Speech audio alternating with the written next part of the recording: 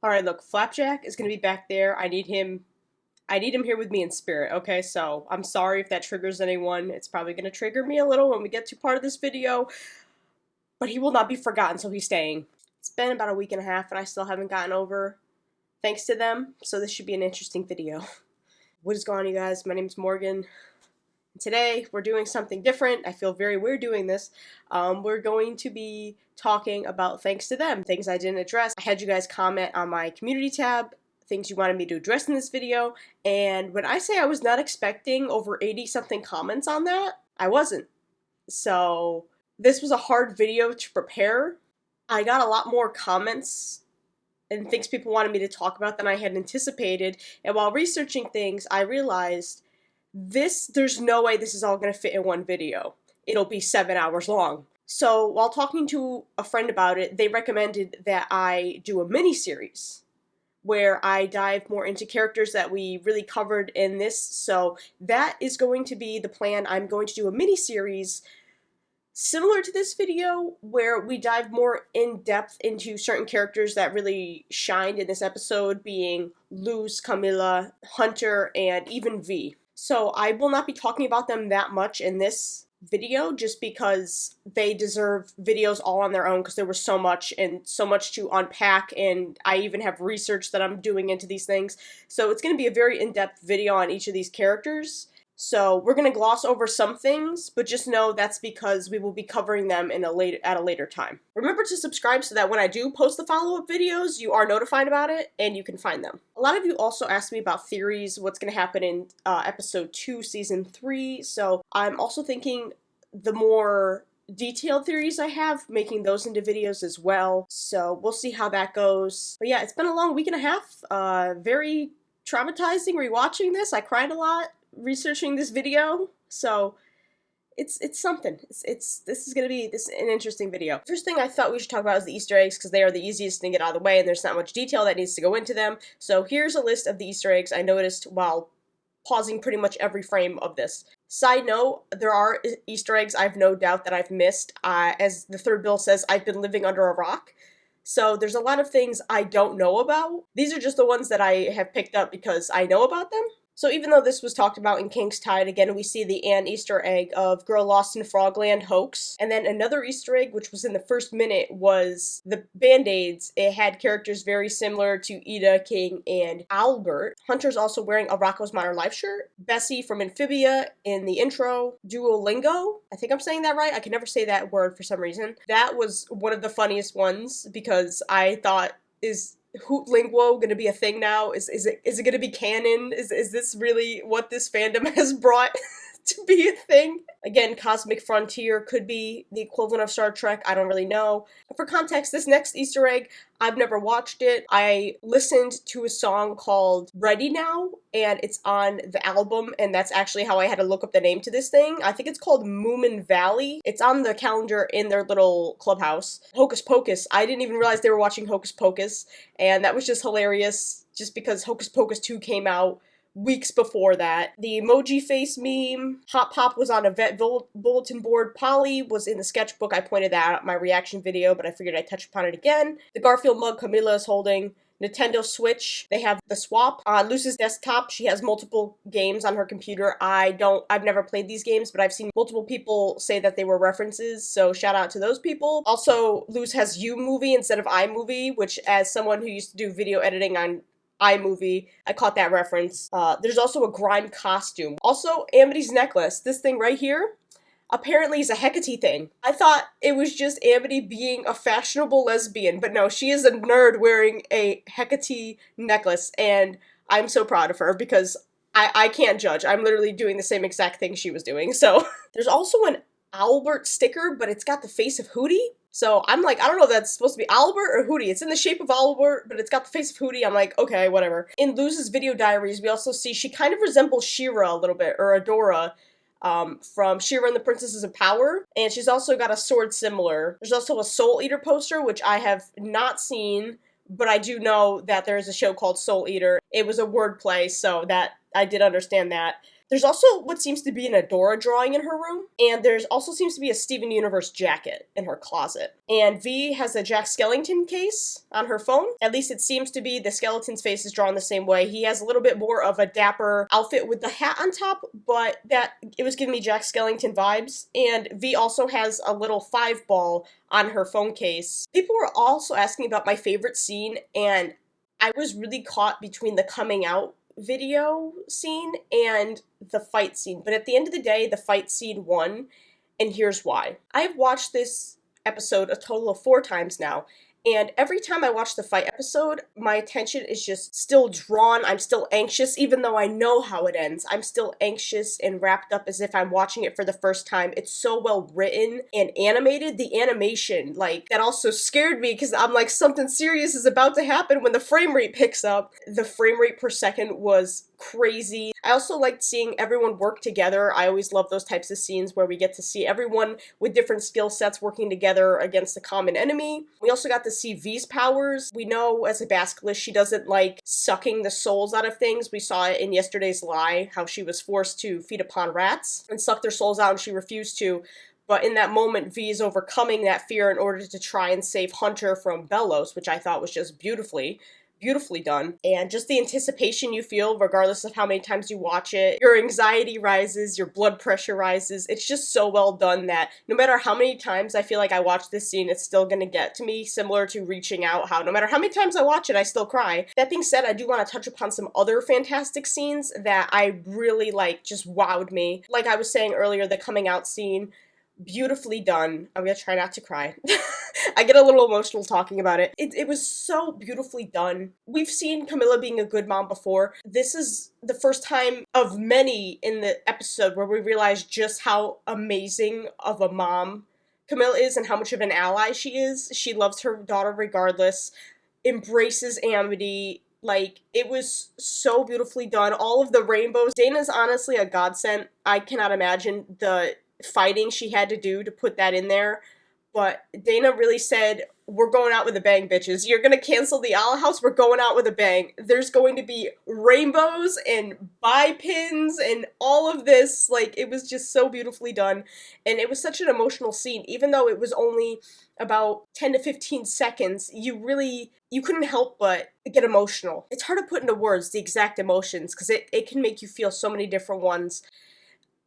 But just seeing a parent that is that unconditionally, like, accepting, and why am I having such a hard time talking about this? Like, this is the gay shit is my forte. How am I struggling right now? And again, Camilla being a good mom, we will get into in the deep dive I plan to do into Camilla's character in a separate video. Just getting to see that moment between Luce and her mom. In episode 1, season 1, she was saying, I like editing anime clips to music. She uses those editing skills to put together that little video of her and Amity as her coming out video, and I just thought that was really cool. Luz being able to use those skills she had from editing all those videos in the past and put that together was just such a nice detail to me. And obviously for members of the LGBTQ plus community, seeing a character come out to their parents on any show, but a Disney show, like, that just means so much to the members of this community and kids that are part of this community. It's also a message for parents to take away that you should love your child unconditionally. When parents see how the fandom reacted to that moment and being so happy that a parent was able to love their child unconditionally and understand them and put the effort into understanding them, as we see later on, that should inspire adults to do the same thing with their children. Because it just means the world. It really does. Another scene I really appreciated was when Luce called Hunter family and he broke down. Gotta make sure you're safe too, Hunter. You're family now. Oh.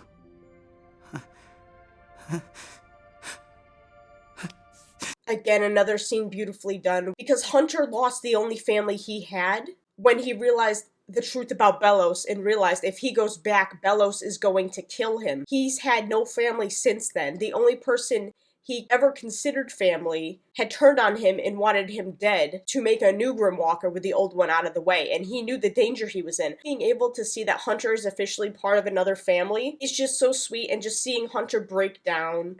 I think it was a mix of him knowing he was cared about and loved, and also finally having a family that cared about him unconditionally, wanted him safe. I think he knows Bellows, looking back on it, didn't care if Hunter was safe for his own well-being. If anything, he would care he was safe because he wouldn't have to make another Grimwalker unless Bellows himself took him out. And just seeing Hunter break down, Hunter has not been one to break down, especially cry. The things he has been through, he has been pretty stoic and hasn't really allowed himself to emotionally express himself other than when he's having panic attacks or something like that. So just seeing that he's so overwhelmed with joy it makes him cry was just a really touching moment. I will probably talk about it more in my Hunter follow-up video. And then, oh, we got Luz's journal. Luz's video journals were so painful to watch, let me tell you.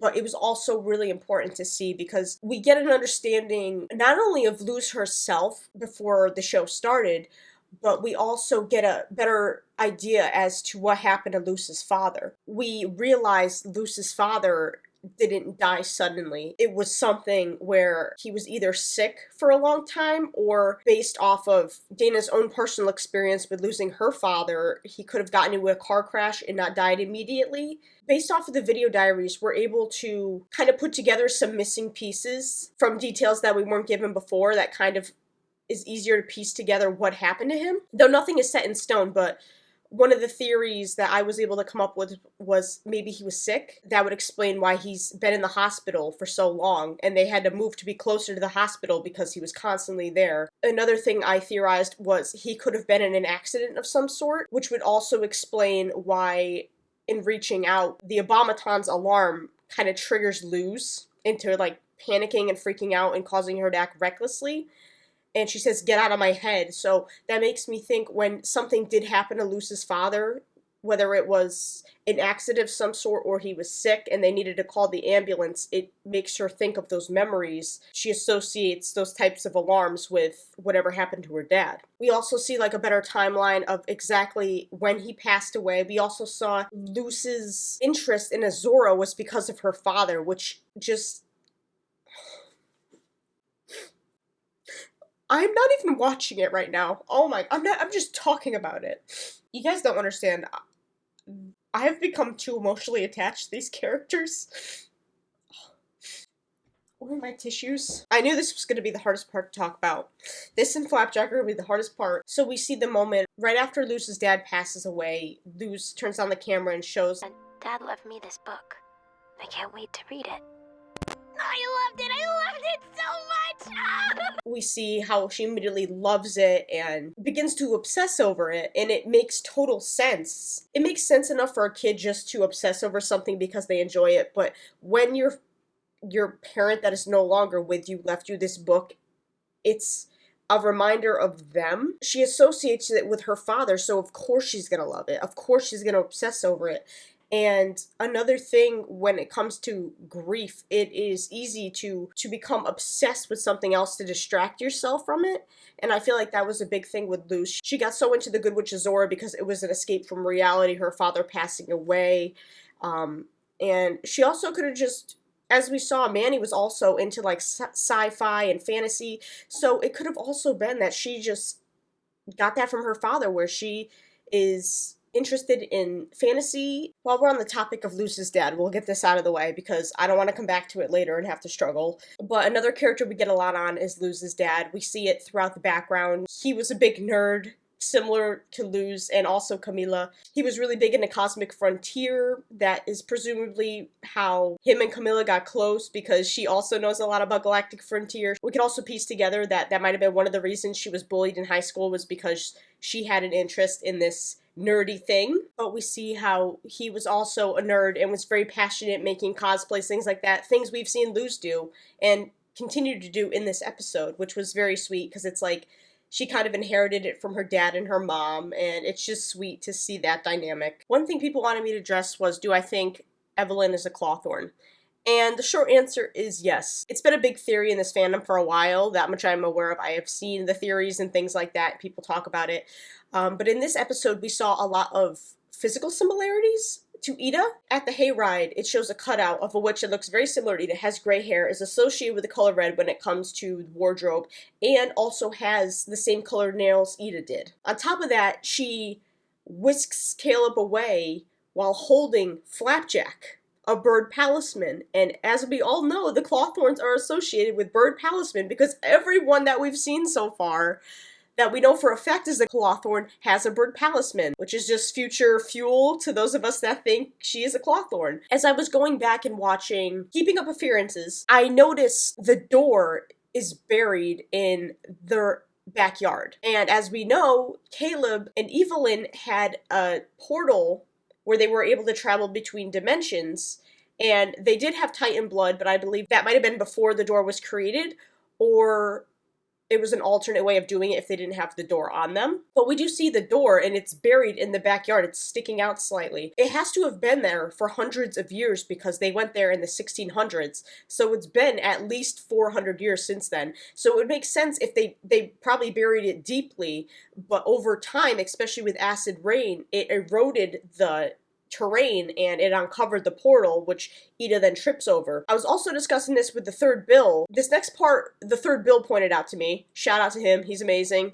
Go follow him. He was saying how the archway near where the portal is very similar to the archway in the graveyard. And that is another important detail because as we saw in Thanks to Them, when Belos makes that other portal, the door is made on that archway in the graveyard. So that further solidifies that their makeshift portal, the one when they didn't have the door, would be between archways. Like, it would further tie it together. I don't know if I'm explaining it right. On top of that, Gwendolyn in Keeping Up Appearances is one of the few witches we've seen so far that is aware of Titan's blood. No one else seems to know what it is until Lou starts, digging up things on it and gets the information from Gwendolyn and things like that. On top of that, her great-grandmother knew a human who lived in the Boiling Isles. Evelyn knew a human that lived in the Boiling Isles. Could have been either Caleb or it could have been Philip. They could have been referring to either of them at the time. Of course, she would know about Titan's blood because her great-grandmother probably told her about that because that's how they used to travel between dimensions.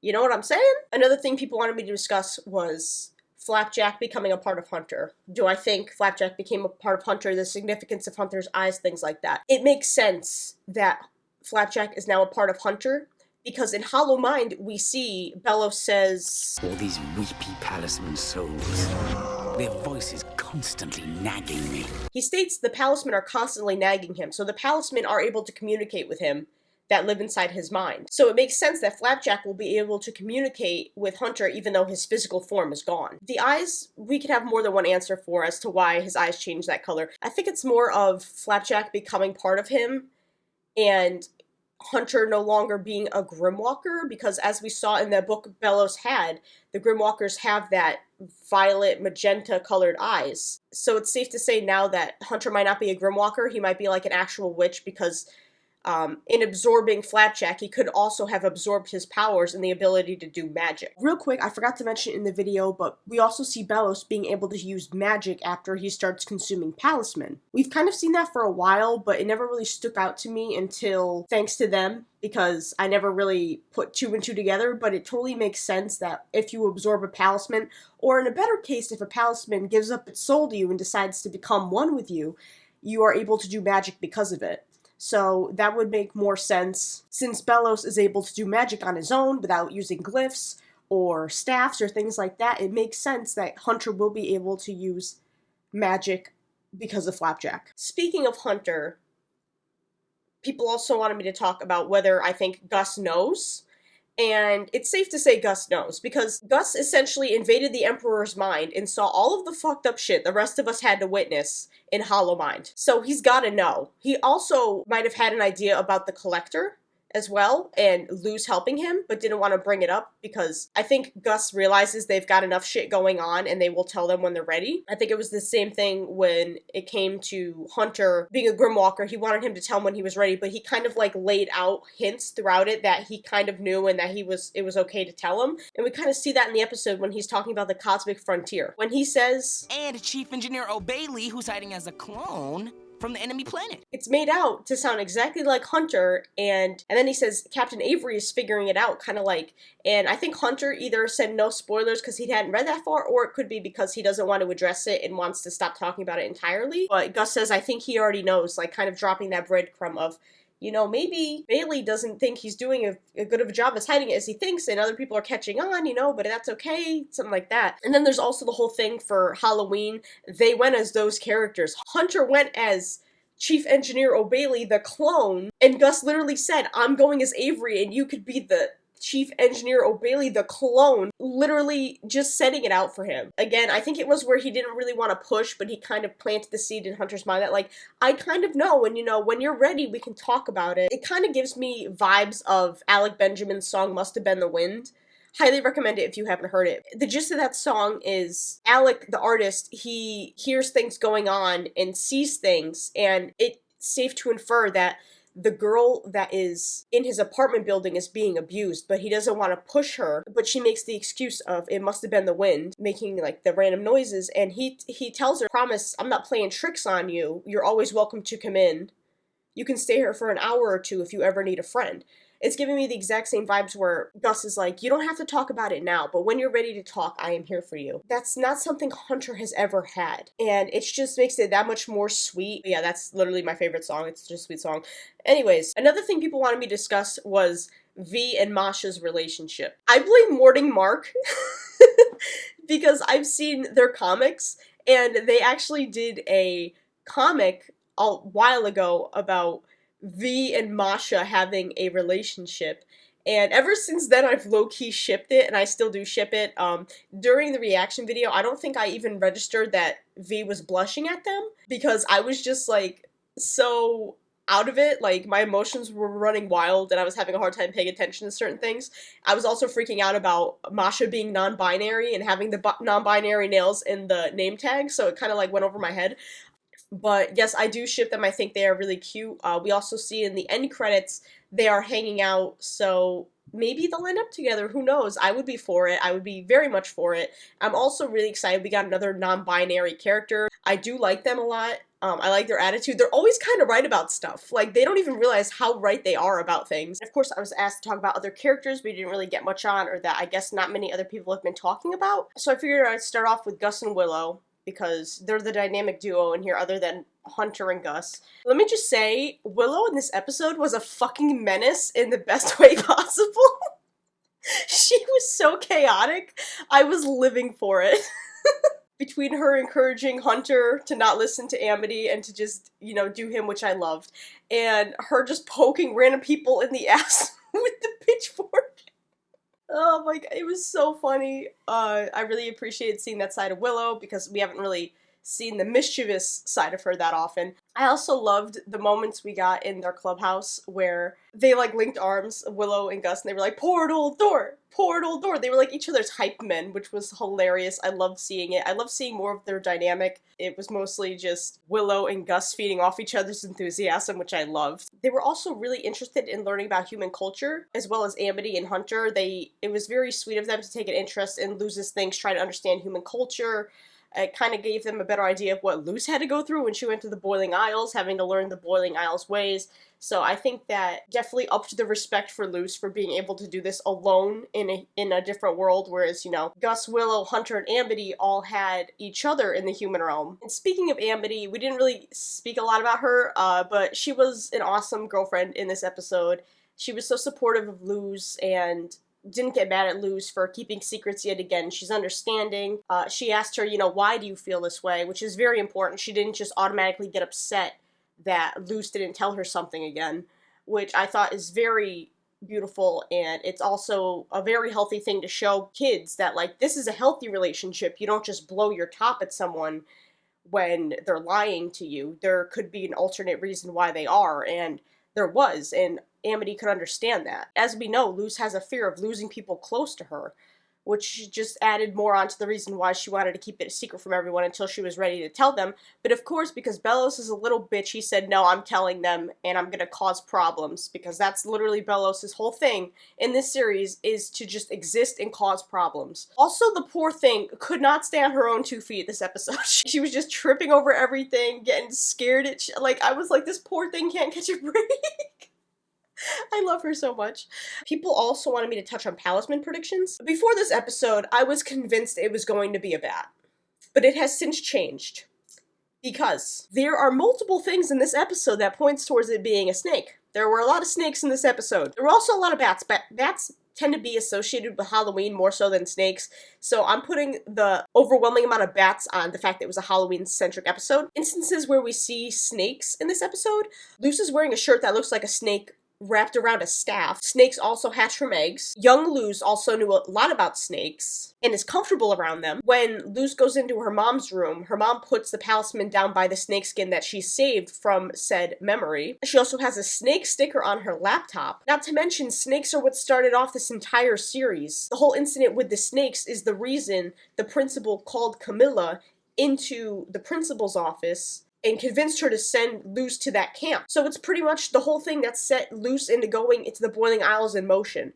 So not only is there a lot of physical hints, but it would also be very symbolic if she had a snake, because it's what started the whole thing off. I've seen a few people mention this, and this would just be the icing on the cake if the snake has wings. And I think that would be symbolic, because if the snake has wings, it could fly. So it would be symbolic as to how Luz is a Clawthorn. Maybe not by blood, but she fits into the family and has similarities where she's able to do magic and has been accepted as one of the Clawthorns. I think it would be very symbolic if the snake had wings, was able to fly, because it would kind of tie into the Palisman that the Clawthorns have of being birds, being able to fly, having wings. So I think that would be a neat little detail. I also saw one person point out that the egg could be like a snake wrapped up. I could see that happening as well. So my biggest bet is the snake, but I would be very happy if it was a bat, though it doesn't seem like that's going to be the case anymore. The reason I thought it was a bat, again, I thought it would be symbolic because bats can fly, but they're not birds. Similar to how Luz is not a Clawthorn by blood, but she has been adopted into this family and performs magic just like the rest of them, though it's through her own unique way. I thought it would be very cool and symbolic for it to be like, okay, they're not the exact same, but they have similarities, that kind of vibe. And then there was also the fact that, you know, it was Luz's phone case. That was another big indication that people were thinking originally bat. One of the last things I'm going to cover in this was slight theories. I think there is more Titan blood in the human realm, because in the episode we saw they had stashes of it throughout the town, and the glyph was acting up a little bit at Luz's mom's work. Now, we don't have a layout of the town, so we can't see exactly how close Luz's mom's place of work is to the graveyard. So it could also be that there's a stash that's closer to the veterinarians than the graveyard. So it is possible there are other stashes, because it would make sense for them to have multiple stashes in case they lost one or they forgot about a spot, things like that. So it would make sense that there's more Titan blood in the human realm. And another thing people wanted me to address was, does Luz have her Palisman on her? And to that I say I have no fucking idea. With the Hex Squad, when they went through the portal in King's Tide, I was convinced they had their Palisman on them. We've seen multiple instances where Gus, Amity, Willow, and Hunter, they don't seem to have their Palisman on them, and then their Palisman appear, but meaning they hide on their bodies. And we saw this in this episode as well, when they were, you know, doing things out in public, the Palisman would hide on their owners. It is possible Luz has it on her, it's just not visible. She could, maybe someone else is holding on to it, who knows? Or she could have accidentally left it in the human realm, but I don't really know if that would make sense plot-wise. It would make more sense for it to be with her, because it still needs to hatch. We also see Luz bring it pretty much everywhere with her. Everywhere. She brings it to school, she brings it to her mom's vet place, she carries it with her from room to room, so it is possible she had it on her person, it just wasn't visible. Maybe somebody had a backpack or a fanny pack, or maybe there was a pocket or something in the costume she was able to keep it in. We don't really know. It could also be possible that Camilla brought it with her. It could also just be on her person and we don't see it. It's hard to know for certain because it's still just an egg. It's not an actual Palisman. Like, it's not an actual, like, defined species yet. It's also probably not alive yet. So it's hard to say if it has similarities to the other Palisman, where the other Palisman could be on their persons even though they're not visible all the time and things like that. So it's still up in the air with that. I'm not 100% one way or the other. I could see it going either way. I do hope she has it on her, because I do want to see what the fuck it is, because I swear to God, we need answers about this. So that's pretty much it. That's all I was going to cover in this one. There was also a lot of questions I had about what I think is going to happen in episode 2, season 3. This video was long enough, probably. I don't know exactly how long it's going to be, but this video has probably gone on long enough where it would be too long if I included my predictions for Season 2, so I'm going to have that in a separate video along with the mini-series about Camilla, Hunter, Luz, and V. So that's pretty much what I wanted to address in this video. I apologize it's so long. People wanted me to talk about a bunch of different stuff, and this is the stuff I kept in. This was like half the things people wanted me to talk about. The other half were Season 3, Episode 2 predictions, so I'm sorry it was long. I hope you guys enjoyed it. Let me know what you guys thought about it in the comments below. Keep things respectful, guys. You guys are more than welcome to talk amongst each other. Just please be respectful of each other. People can have differing opinions than you. It doesn't make either one of you right or wrong. Just respect each other. One of the main takeaways from this show is that people can be beautiful despite their differences. Just because someone's different doesn't make them bad, things like that. So if we're going to take anything away from this show, let's learn to respect each other for our differences in different opinions and values and things like that. Just wanted to say that because that should be one of the many takeaways from the show, and we really need to start practicing what the Owl House teaches us. Sorry for the long video and that it was late. I had a lot of other stuff to edit, but thank you guys so much for watching. I appreciate you guys listening to me and taking an interest in the things that I want to talk about, especially this show. I never really thought people would care this much about my opinions, but here we are. So thank you guys so much for watching. I love each and every one of you guys, and I will see you guys in the next video. Peace.